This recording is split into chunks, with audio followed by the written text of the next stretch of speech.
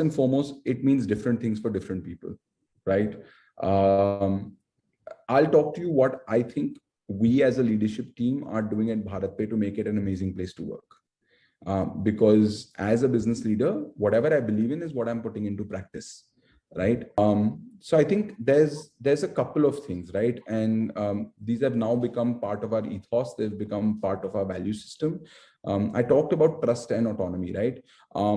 We have absolute faith and trust in the abilities of our people, right? We know that they are the right people for the job that we've hired them at, right? Because we've set a high bar, we've done a cultural assessment, we've brought the best people, we've hired people smarter than us. So we trust them now, right? And that trust is, is absolute. So they have the power now to execute. So that autonomy is there. So I think that is there. So we make sure that no one operates with a handicap. The handicap could be, do they have a good laptop? Do they have a good workplace? Do they have the right product to sell? Do they have the right colleagues to work with? Do they have the right leaders to lead them? Whatever it might be, they should not be operating at a handicap, because if they're operating at a handicap, then to expect results from them is unfair.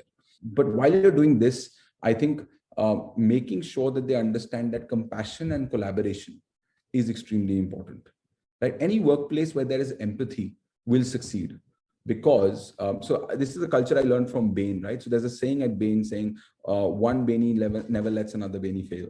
Our success is individual, but our failure is a collective.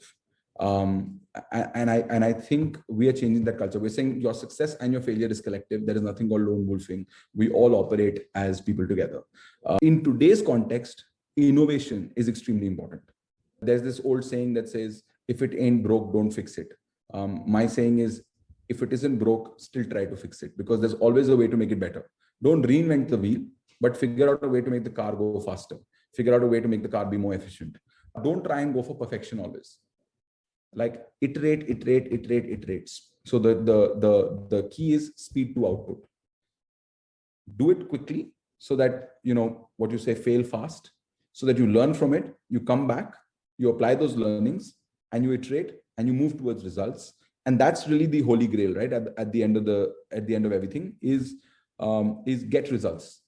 You need to get these results. You need to get them by innovating. You need to get them by being collaborative with your teammates. Just don't do it individually. You need to get it by making sure that everyone in your team is trusted and has the power to execute. You need to get it making sure that no one has a handicap.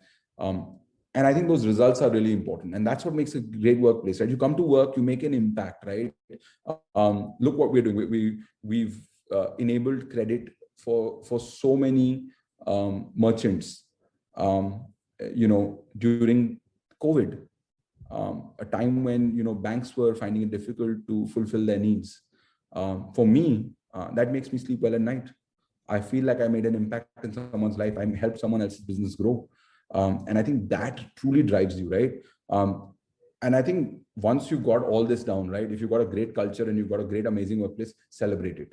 Celebrate the successes, celebrate the failures, celebrate the individuals, celebrate the teams. When it's a happy workplace, people will come, right? And so just create happiness, right? If you've just created happiness all around, right?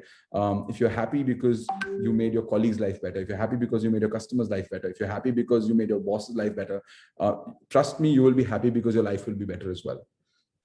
So just create a happy workplace. We love being happy at our work. I can't wait to jump out of bed and get to work. Even in COVID, putting masks on and, coming through checkpoints to office and making sure we were all 6 feet apart and all of that stuff, it all faded away because we were happy in what we were doing. We were making an impact. So I think that's what makes an amazing workplace.